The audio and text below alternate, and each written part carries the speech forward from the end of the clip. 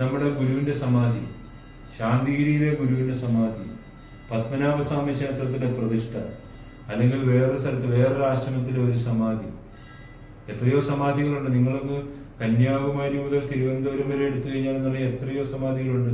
പാളയം പള്ളിയിൽ ഞാൻ പോയിട്ടുണ്ട്, അവിടെ കല്ലടി മസ്താന്റെ സമാധി. ഈ ഇടയ്ക്ക് നമ്മളൊരു യാത്ര പോയ സമയത്ത് ഇവിടെ പോയി, എന്താണ് അങ്ങ്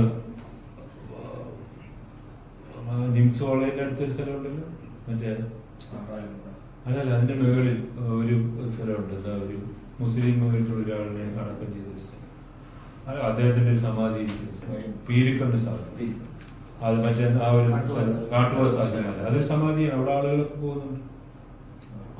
എങ്ങനെയാണ് അത് സംഭവിച്ചിരിക്കുന്നത്? അത് സംഭവിച്ചിരിക്കുന്നതെന്ന് പറയുന്നത് ഈ ഒരാള് അവിടെ ഇരിക്കുന്ന ശിഷ്യന്മാരായിട്ടുള്ള ആളുകളിലായിരിക്കുന്നു. അദ്ദേഹം മരിക്കുകയോ അല്ലെങ്കിൽ അദ്ദേഹത്തിന്റെ ജീവിതത്തിൽ ചെയ്യുകയോ ജീവശരീരത്തിൽ നിന്ന് വേർപെടുകയോ വിയോഗം സംഭവിക്കുകയോ ചെയ്ത സമയത്ത് ശിഷ്യന്മാരെല്ലാവരും കൂടി എന്ന് പറയുമ്പോഴത്തേക്ക് അതിനെ സംബന്ധിച്ചിടത്തോളം ഇത് ചെയ്യുന്നുണ്ട്. നമ്മുടെ ഈ രാജ്യത്തൊരു നിയമമുണ്ട്. അപ്പൊ ഞാൻ പറയുന്നത്, ഞാൻ ഇത് ചെയ്യുന്ന സമയത്ത് എന്ന് പറയുമ്പോഴത്തേക്ക് ആരും അറിയിക്കേണ്ട, ഇവിടെ ഇരിക്കുന്ന നന്ദകുമാർ, മലയാളം നന്ദകുമാരോട് മാത്രം വിളിച്ചു പറയാം എന്ന് പറഞ്ഞിട്ട് ഇത് ചെയ്തിട്ട് കാര്യമില്ല. അല്ലെങ്കിൽ പിന്നെ നന്ദകുമാർ പറയണ എന്നോട് പറയാം. അപ്പൊ പക്ഷെ നന്ദകുമാർ അതിന് പിന്നിൽ നന്ദകുമാറാണെന്ന് ചിലപ്പോൾ വേണമെങ്കിൽ പറയാം.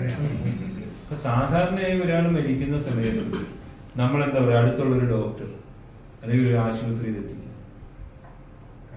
കൺഫേം ചെയ്യുന്നു. ഇവര് ആ പറയുന്ന കാര്യങ്ങളൊന്നും നടന്നിട്ടില്ല. ഇവര് ഈ പറയുന്ന വിശ്വാസം തലയ്ക്ക് പിടിച്ച്, അവരുടെ വിശ്വാസം ശരിയായിരിക്കും, അതിനെ ഞാൻ നിഷേധിക്കുന്നില്ല. നമ്മൾ ഒരിക്കലും ഒരാളുടെ വിശ്വാസം നമ്മൾ നിഷേധിക്കാൻ പാടില്ല.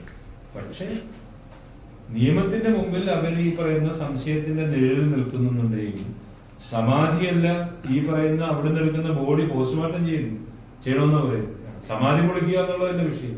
സമാധി ഇരുത്തിയ ആളിന്റെ ശരീരം എന്ന് പറയുന്നത് പോസ്റ്റ്മോർട്ടം ചെയ്യുന്നു, അത് നിയമമാണ്. പറയുന്നതല്ലാണ്ട് അതിനകത്ത് ബോഡി ഉണ്ടോ ഇല്ലയോ പറയാൻ പറ്റത്തില്ല. അല്ലെ നാട്ടുകാരെങ്കിലും അറിയിക്കണ്ടേ? നാട്ടുകാരെങ്കിലും കണ്ടെങ്കിൽ കുഴപ്പമില്ല. അത് പറയണ്ട, അത് അറിയില്ലേ? മച്ചുംപുറത്തുണ്ടോന്ന് അറിയത്തില്ല, മച്ചുംപുറത്തുണ്ടോന്ന് അറിയത്തില്ല, ഭൂമിക്കടിയിലാണോന്ന് അറിയത്തില്ല, സ്ലാബിനടിയിലുണ്ടോന്ന് അറിയത്തില്ല, സ്ലാബിനടിയിലുണ്ടോന്ന് അറിയത്തില്ല. അതാണ് അവിടുത്തെ പ്രശ്നം. എന്തായാലും വൈകി